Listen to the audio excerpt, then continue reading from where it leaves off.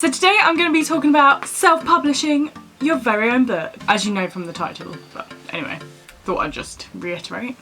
So yes, this is my book, Lockdown Living 2020. It's still a bit weird to say that this is my book and I'm holding it, like I don't really know what happened, but this is what happened in 2020. By the way, if you see that on my finger, I'm not turning purple, it is nail varnish. I'm very bad at doing nail varnish, I do it very last minute before video and then that's what happens every time. So the day that I published my book, I actually did a live video to present it because I thought, oh, how am I actually going to feel like this is actually complete and it's published, it's out there. So I thought, what better than to do a public? What better to do than doing a live video? Did that make sense? Anyway, I think the coffee is just coming to me.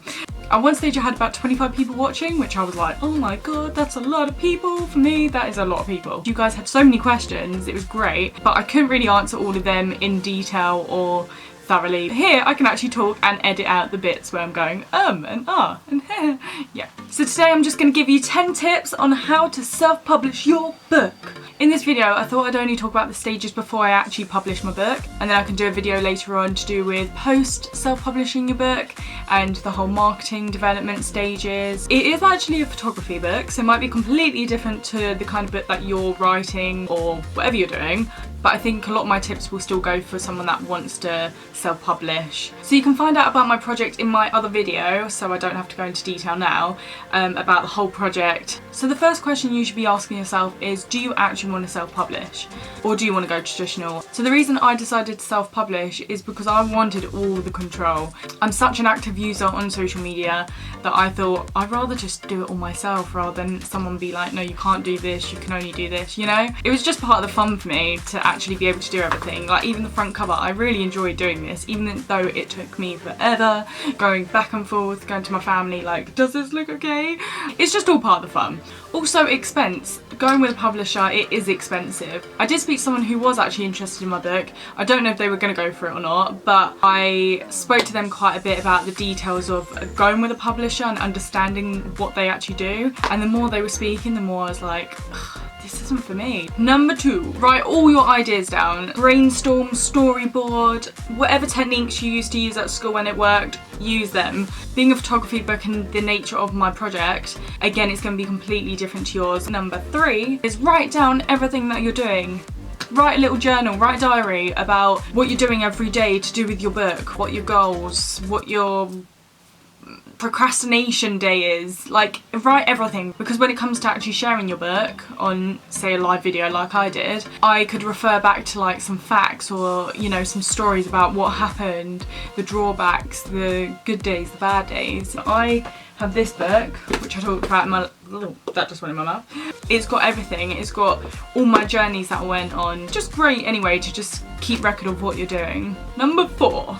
Set deadlines. Oh my god. Okay, I didn't set deadlines at the beginning. I probably should have. I kind of wish I did, because I feel like my book would have been able to come out a bit earlier. I did a lot of procrastinating. There were weeks where it was basically complete, but I was still like adjusting things and kept using the excuse, oh, I've still got this little thing to do. You know, later on I set a deadline and I said, Christmas, I need it out, my book published, done, complete, ready to go, so people can buy it as a Christmas gift. And I did. I managed to get there, and when you've got a goal, you actually push yourself so much more. So I really recommend setting deadlines, but also set realistic deadlines. There's so much content out there talking about book publishing, so do your research on how long you reckon it will take for you to finish your book, to do with what genre that you're writing on, how many pages are you doing. Write down, you know, questions that you have to do with your book and find them out straight away. Early on is always good, because that's when you can really set out every deadline to do with what needs doing when. Which comes on to my next point, is your title. Oh my god. Title, I was so final with my title from the beginning. I got it printed, my first draft, it has isolation stories, and then literally I think a week before printing, I suddenly went to my family, should I change the name? Then I literally messaged a load of my friends doing a little survey. If you were one of them, sorry if I panic market researched, but I did. I was like, oh my god, which title, this one or that one, and it became to like isolation stories, lockdown stories, and then I was like, should I use 2020? yeah, it was a lot of back and forth, very, very last minute, but it happened, so, and it's done. I went for Lockdown Stories 2020. Think of a catchy name, but think early on, because if you don't think early on, you're going to struggle last minute like me, and it might delay you and might set you back from your deadlines. Then this comes onto the front cover. If you aren't confident in doing your own front cover, then don't, basically. Get a graphic designer. There's a Facebook page. I did come across one, just a little research. Just research, I need a logo designer, and then I think you can just ask anyone on Facebook. Or what I find really useful, and I really recommend, is on your newsfeed, if you've got Facebook, write the question, is there a designer out there? Is there a graphic designer? And I guarantee someone will know someone that you can speak to. It's all about speaking to people. It's all about asking questions, seeing who knows who. Every background that you see in my book, the artwork is actually created by my mum, who you can find on Instagram, Andrea Drama Art. She just started up her Instagram, by the way, so if there's like no content, then that's why. Just what I say. So yeah, just a little way of saying, you know, you might know someone closer to home that you didn't know could actually do some of the artwork for your book. It might also be worth actually asking someone that you went to uni with, who you know studied graphic design, or someone that actually is currently at uni, because they might have affordable prices. And don't think just because they're not experienced it won't be good, because I think students will actually do amazing work because they're so fresh, they're new, they've got all these ideas. I'm not saying they'll do it for free, but if you say, you know, let's do a little collaboration, I'll get your name in the book, get you out there, then win-win. Bit of collab going on. I was looking for a printing company early on.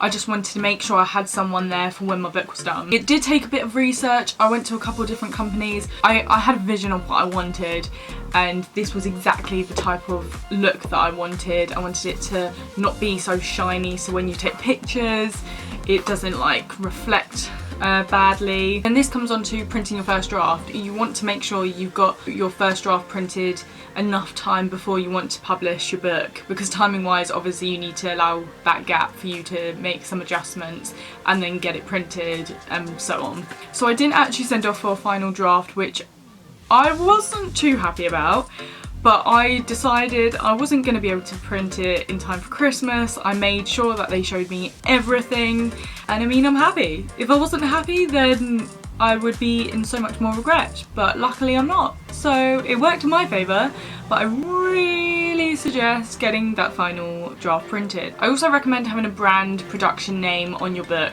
So mine is Hannah Drama Photography, because that is my brand, so you can see my logo here. My sister created this logo for me like quite a bit before I actually published my book, because I already had my Instagram and Facebook account with this logo. You know, I put my name everywhere. You want to include your email address, your location. I only put London, UK, because I don't want everyone knowing where I live, because I don't have an actual business building, if that makes sense. As well as having a graphic designer, you need an editor for your book. You need someone to look over everything.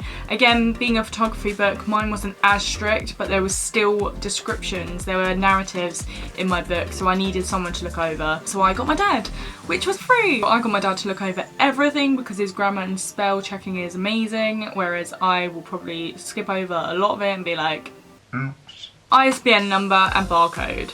So the ISBN number is this number that is on the back of your book. Getting one means you can have it in a bookshop. So I bought mine from Nielsen's ISBN store. You can find it in my description. It's pretty straightforward what you have to do with the ISBN number. Once you've got it, you register it, link it up to your book title, and then when you type in your ISBN number on Google, it actually comes up with my book. And you do have to buy barcodes separately. A few other notes that I'll just mention are: do your research to do with the back cover, the inside of the front and the back page, because there are little bits that I didn't think of until very last minute. Think about who you want to do your special thanks to, perhaps. I put to do with my mum doing the artwork, my sister for the logo. I've got all rights reserved by Hannah Drymer. So, you know, there's all these little bits that you really need to think about, but, you know, compare them to other books. That's what I did. I put at Hannah Drymer Photography at the back as well, just so people know straight away that's my social media name. You know, if you've got a website, add that in, definitely. Add your logo. I didn't even mention this, but you gotta think about your spine. What design do you want on that? This is where your designer would then come in again. But you know, if you want to do that, then you do the design. If you feel confident in doing the front cover, do it yourself. Start your social media early on. Post about your journey, post updates, you know, take pictures, send a picture of you struggling with your hair like Anyway, thank you for watching this video. I hope you found it useful in some way or another. If you've got any questions whatsoever, then please comment down below. And I'll also, like I said, if you want to purchase my book, you can purchase it at www.hannahdrama.com and you can find it on my shop. I'd be so grateful if you wouldn't mind following my Instagram page. It's at Hannah Drama Photography, and my Facebook page, which is also under Hannah Drama Photography. And you can also find my lockdown Facebook page, which is Lockdown Living 2020, where I'll be posting just updates just to do with the book. Anyway, thanks for watching and I'll see you in my next video. Bye!